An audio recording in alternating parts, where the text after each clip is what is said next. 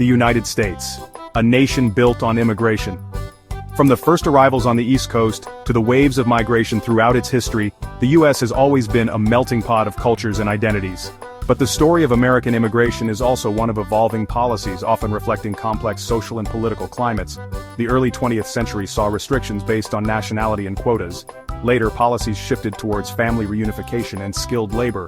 However, the post-9/11 era brought a heightened focus on border security and enforcement, setting the stage for the debates we face today. These shifts in immigration policies have had a profound impact on millions of lives. The Immigration and Nationality Act of 1965, for example, abolished the discriminatory national origin quotas, leading to a significant increase in immigration from Asia, Africa, and Latin America. This change transformed the demographic landscape of the United States. It also highlighted how immigration laws can shape the very fabric of American society. Fast forward to the 21st century, and the debate over immigration has only intensified. The issue of undocumented immigration in particular has become a political lightning rod. While some argue for stricter enforcement and border control, others advocate for a pathway to citizenship for those already living and working in the U.S. The second term of the Trump administration has witnessed a resurgence in deportation policies. Official figures paint a stark picture. Over 4,745 Latin American undocumented immigrants were deported between January 20th and February 5th, 2025. This represents a significant escalation compared to the same period during the previous administration. The focus on swift removals has raised concerns among human rights groups, who argue that due process and the right to seek asylum are being undermined. These deportations are not just statistics. They represent real people, families, and communities torn apart. The case of Maria, a single mother from Guatemala, illustrates this human cost. Having fled violence and poverty in her home country, Maria sought asylum in the U.S. with her 2 young children. Despite having lived and worked in the U.S. for over a decade, she was detained during a routine check-in and deported back to Guatemala, leaving her children behind in the care of relatives. Maria's story is just one of many, highlighting the human consequences of these policies.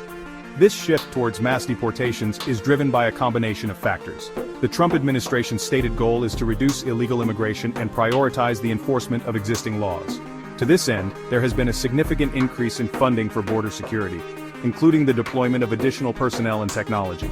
Furthermore, policy changes have made it more difficult for individuals to seek asylum, leading to a higher number of people being deemed ineligible for relief and subject to deportation. While the stated aim of mass deportations is often framed as an economic benefit, numerous studies suggest otherwise. Undocumented immigrants, despite their legal status, play a significant role in the U.S. economy. They constitute a substantial portion of the workforce, particularly in industries like agriculture, construction, and hospitality. Their contributions are undeniable, yet their presence is often misrepresented in debates about economic prosperity. The potential economic fallout from mass deportations is a growing concern for economists and business leaders alike. The agricultural sector, heavily reliant on immigrant labor, could face severe labor shortages, impacting food production and prices. The construction industry, already grappling with labor gaps, could see project delays and increased costs. These ripple effects extend beyond specific industries, impacting overall economic growth and potentially leading to job losses even for native-born workers. The irony is that while mass deportations are often touted as a way to protect American jobs, they could very well end up harming the economy and displacing workers across various sectors. The reality is that undocumented immigrants are deeply embedded in the economic fabric of the nation. Their forced removal would leave a void that would be difficult, if not impossible, to fill. Beyond the economic implications, the human cost of mass deportations is immeasurable. Families are separated, communities are fractured, and individuals are uprooted from the lives they have built over years, even decades. The emotional toll on those directly impacted is profound, leading to lasting trauma, separation anxiety, and a sense of displacement. The case of the Venezuelan community in the U.S. exemplifies the complexities of this issue.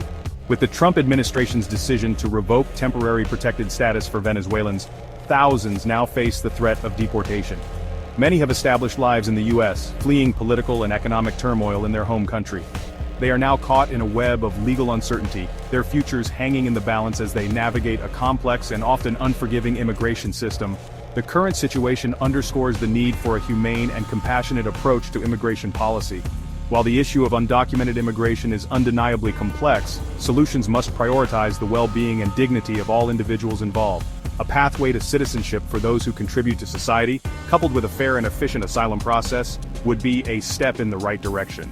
It is time to move beyond the rhetoric of fear and division and embrace a more just and equitable approach to immigration.